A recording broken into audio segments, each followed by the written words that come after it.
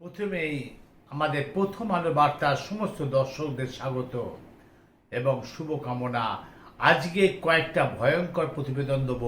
প্রথমেই আমি আসছি, আজ বিধানসভার বিজেপি বিধায়করা বিক্ষোভের সাথে ওয়াকআউট করলো বিধানসভা। সরাসরি দেখতে থাকুন, আমি অমল চ্যাটার্জি। বিধানসভা যখন শুরু হলো ঠিক তার আধা ঘন্টা পরে আজ বিজেপি বিধায়করা একদম বিক্ষোভের সাথে সমস্ত বিধায়করা বিধানসভা থেকে ওয়াকআউট করলো। শুধু তাই নয়, রাজ্যের প্রধান বিরোধী দলনেতা শুভেন্দু অধিকারী আমাদের প্রথম আলো বার্তার পর্দা কি বলল সরাসরি ছিল। এবার আসছি, আপনাদের নিয়ে যাচ্ছি মানিকচক। হ্যাঁ, ঠিক গতকাল রাত, গভীর রাত, মানুষ যখন ঘুমিয়ে আচ্ছন্ন, তখন ভয়াবহ অগ্নিকাণ্ড জেরে পড়ল এক শ্রমিকের 3খানা ঘর সহ যাবতীয় জিনিসপত্র। সোমবার রাতে অর্থাৎ গতকাল রাতে ঘটনাকে কেন্দ্র করে উত্তেজনা ছড়িয়ে পড়ে মালদার মানিকচকে নূরপুর খুমরি এলাকায়। ওই এলাকার বাসিন্দা মোহাম্মদ সাহেমুল অগ্নিকাণ্ডের জেরে সর্বশান্ত হয়ে পড়েছেন। বর্তমানে তাকিয়ে কোনো সরকারি বা বেসরকারি সাহায্যের দিকে তিনি এখনো আছেন। ঘটনা সম্পর্কে জানা যায়, গতকাল রাতে হঠাৎ আগুন লাগে মোহাম্মদ সাহেদুলের বাড়িতে। আগুন জ্বলে ওঠে। আগুনের তীব্রতা 3টি ঘর পুড়ে যায়। ঘরের ভেতর থাকা জামা কাপড়, আসবাবপত্র, প্রয়োজনীয় নথিপত্র সমস্ত পুড়ে যায় বলে জানা যায়। সব মিলিয়ে প্রায় লক্ষাধিক টাকার ক্ষয়ক্ষতি হয়েছে এমনটাই জানা যাচ্ছে। সরাসরি দেখুন সেই দৃশ্য আমাদের প্রথম আলো বার্তার পর্দায়। সে বীভৎস রাতে যেভাবে অগ্নিকাণ্ড হলো তার ছবি সরাসরি দেখুন। এখন মুসলিম ভাই দাদাদের রমজান মাস চলছে, আর কিছুদিন পরে ঈদ। দারুণ একটা সুন্দর সে মুসলিম ভাই দাদারা একটা ভালো কাজ করলো এই রমজান মাসে। মুসলিম সম্প্রদায়ের মানুষদের চলছে এখন রমজান মাস, আর এই রমজান মাস পেরোলেই আসবে খুশির ঈদ। তাই ঈদ হিসেবে, উপহার হিসেবে 2 পা বিহীন এক ব্যক্তিকে হুইল চেয়ার উপহার দিলেন দুবরাজপুরের প্রচেষ্টা ওয়েলফেয়ার সোসাইটির সদস্যরা। এই সোসাইটির কর্ণধার অভিক মিশ্র জানান, দুবরাজপুর পাওয়ার হাউস সংলগ্ন নৈমি পাড়ার বাসিন্দা মোহাম্মদ শফিক খানকে আমরা হুইল চেয়ার তুলে দিলাম, কারণ বিগত 6 মাস আগে এক দুর্ঘটনায় তার 2টি পা কেটে বাদ দিতে হয়, ফলে তিনি চলাফেরা করতে অসমর্থ। আপনাদের দেখাচ্ছে সে হুইল চেয়ারটা, আর সেই ভদ্রলোকের 2খানা পা নেই। খুব ভালো কাজ করলো এই রমজান মাসে সেই আমাদের মুসলিম ভাই দাদারা। সরাসরি দেখুন সেই দৃশ্য আমাদের পর্দায়।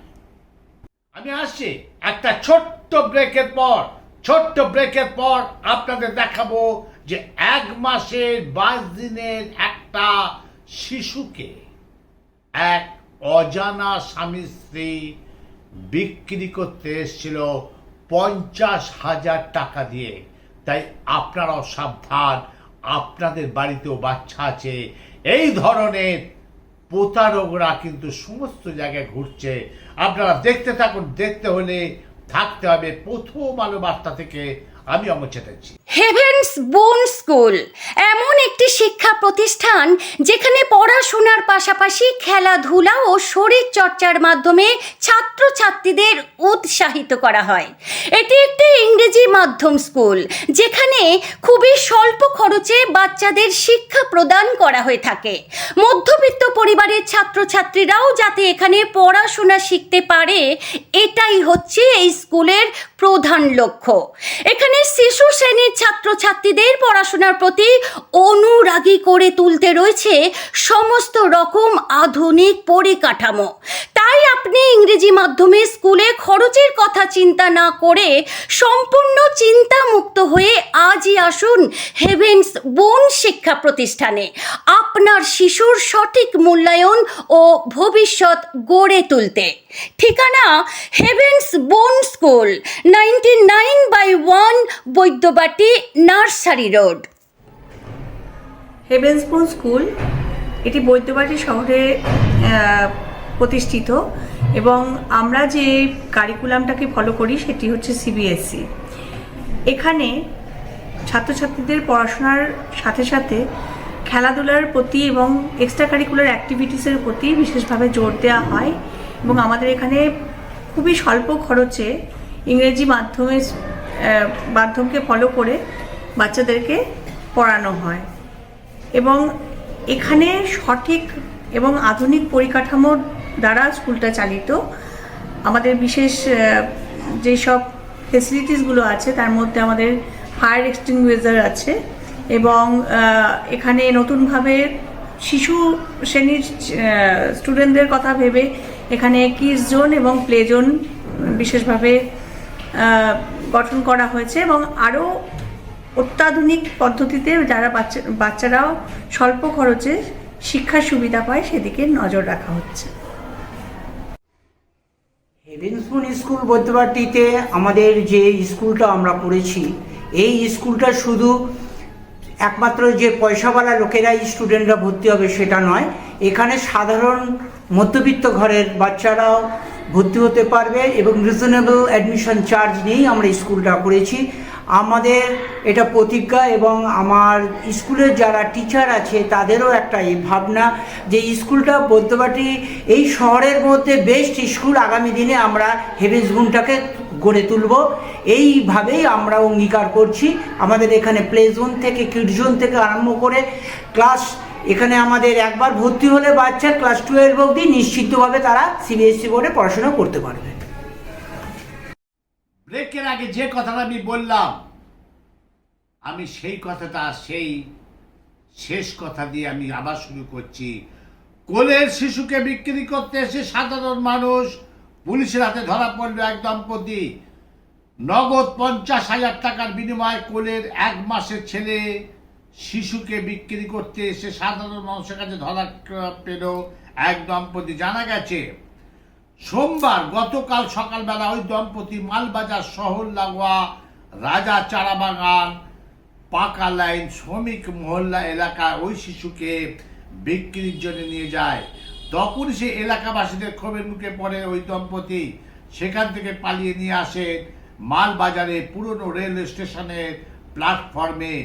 তাদের পিছনে শ্রমিক মহল্লার লোকজন রেল স্টেশন এলাকায় চলে আসে এবং সেখানকার মানুষদের জানান সেই দম্পতির বাচ্চা বিক্রির উদ্দেশ্য নিয়ে এসেছে। ঘটনা খবর চাউর হতেই সেই দম্পতিকে ঘিরে ধরে দৈনন্দিন বাজারে ব্যবসায়ী থেকে সাধারণ মানুষ, তাদেরকে জিজ্ঞাসাবাদ করতে থাকে।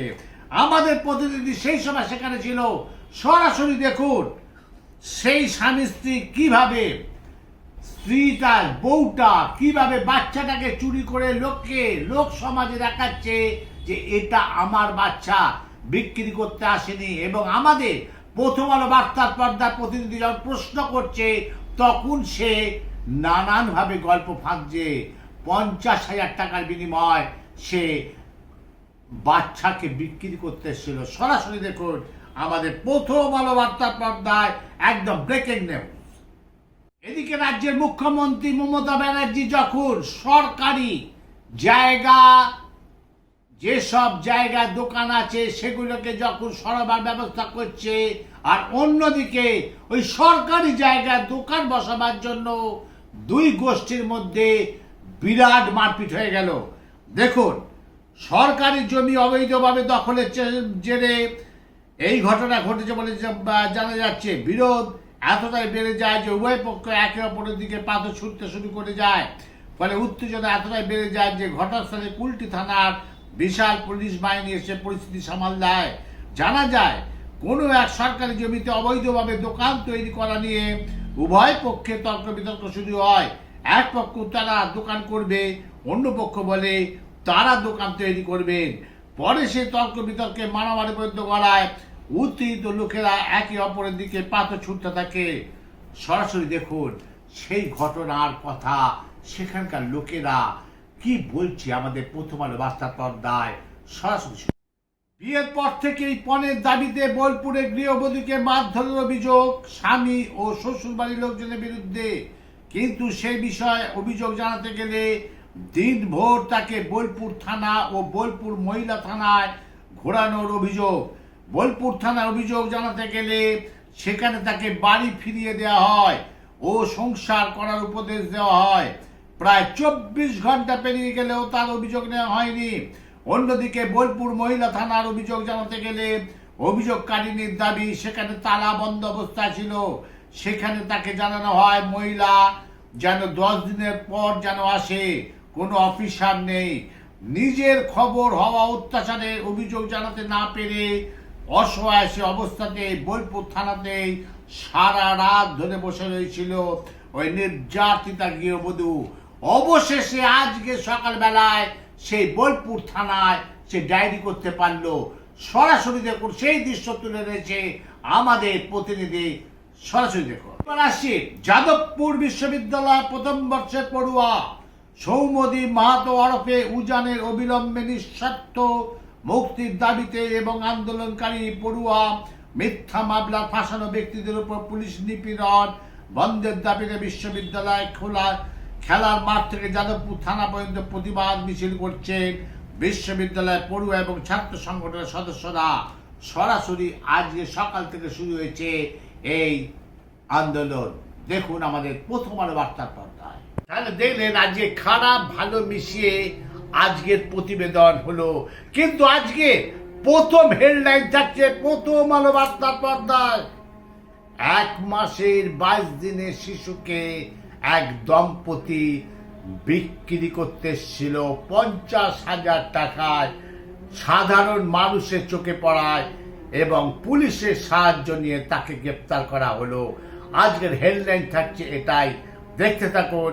আমি অমর চ্যাটার্জি।